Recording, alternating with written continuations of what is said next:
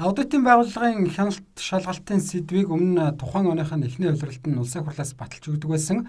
Ингэснээр аудитын байгууллага хяналт шалгалтаа явуулахад хүндрэлтэй цаг хугацааны хувьд давчуу байдаг гэжээ. Иймээс жилийн эцэст тодорхой үр дүнд хүрч чаддаггүй. Төрийн ямар байгууллага ямар зөрчил гаргасан эсхийг нарийн тодорхой мэдээлэхэд цаг хугацаа их шаарддаг байсан юм. Улсын хурлын гишүүдийн зүгээс дараах чиглэлээр хяналт шалгалтыг сайн хийх ёстой гэдгийг сануулсан юм. Дуусаагүй барилгуудын үйл ажиллагаан дээр аудит хийгээд санхүүжилтийг нэмэгдүүлэх эсвэл өөрчлөгдсөн төсөв төрөлтг нь бодиттой хэсгээр аудит хийгээд ингээд дүгнэлт гаргаад 19 оны улсын төсвөөс хилцэхээс өмнө энэ хоёр асуудлыг зэгслэх шаардлагатай байгаамаа. Энэ нэг мятаар үн тээвэргүй ачаа зөөдөг гэж нэг асуудал олон жил яригдлаа. Мятын төлөөлөгч нь агуугийнхаа компани ачааг олон жил үн төлбөргүй тэгээд Мят компанид учруулсан хохирлон 6 тэрбум болсон гэж өмнөхөө сангарагчаа дарга үед байна уу да АТГ дээр шалгагдчихсан хэрэг юм а. Дарагдчихсан. Энийг 4 үсэгтээ дарга нэрээ дартсан.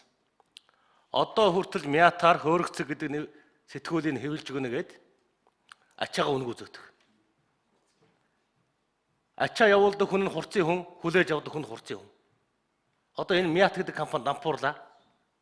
Дарга нь хурцын хүн, орлогч нь хурцын хүн, бүх төлөөлөгч нь хурцын хүн. Энэ мафийн бүлэглээс Мятыг салгаж өгөөч. Аудит хийх юм. Аудитаа Мят руу хурдан оруул. Бүх юм ил болго. Энийг дээрэмчдийн бүлгээс төрийн өмчт компаниудыг салгахгүй бол одоо дампуурд дуслаа. Аудитын байгууллагын эх хонд хийх аудитын сэдвийг өнөөдөр тодорхой зааж өгснөөр бодиттой үр дүн гарах боломж бүрдэж байна. Тухайлбал үндэсний аудитын газар эх хонд Мят оюу толгой давталхай зэрэг томоохон аж ахуй нэгжүүдийн санхүүгийн тайланд аудит оруулахаар төлөвлөж байгаа гинэ.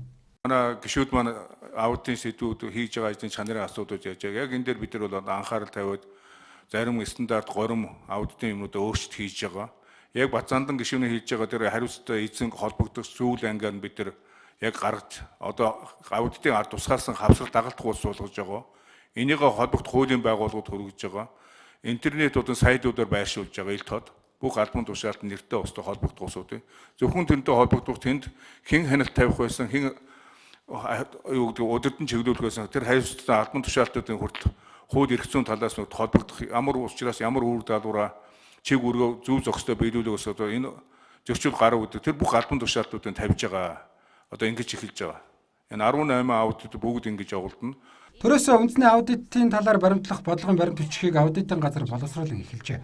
Эх хонд их хуралд өргөн байхаар хэлэлцэн баталж өгөхийг хүссэн. Түүнчлэн шинэ он гарахаар 2019 онд хийгдэх аудитын жагсаалтыг их хуралд өргөн барина. За энэ нь төсөвтөө тааруулж шалгалт явуулах бус шалгалтынхаа төлөвлөгөөнд тохируулан төсөв батлах зорилготой гэсэн юм а. За хэдийгээр их хурал олон газарт аудит явуулахыг шаарддагч хийсэн аудитын үр дүнг нь хэлцдэггүй гэдгийг ерөнхий аудитор сануулж байлаа.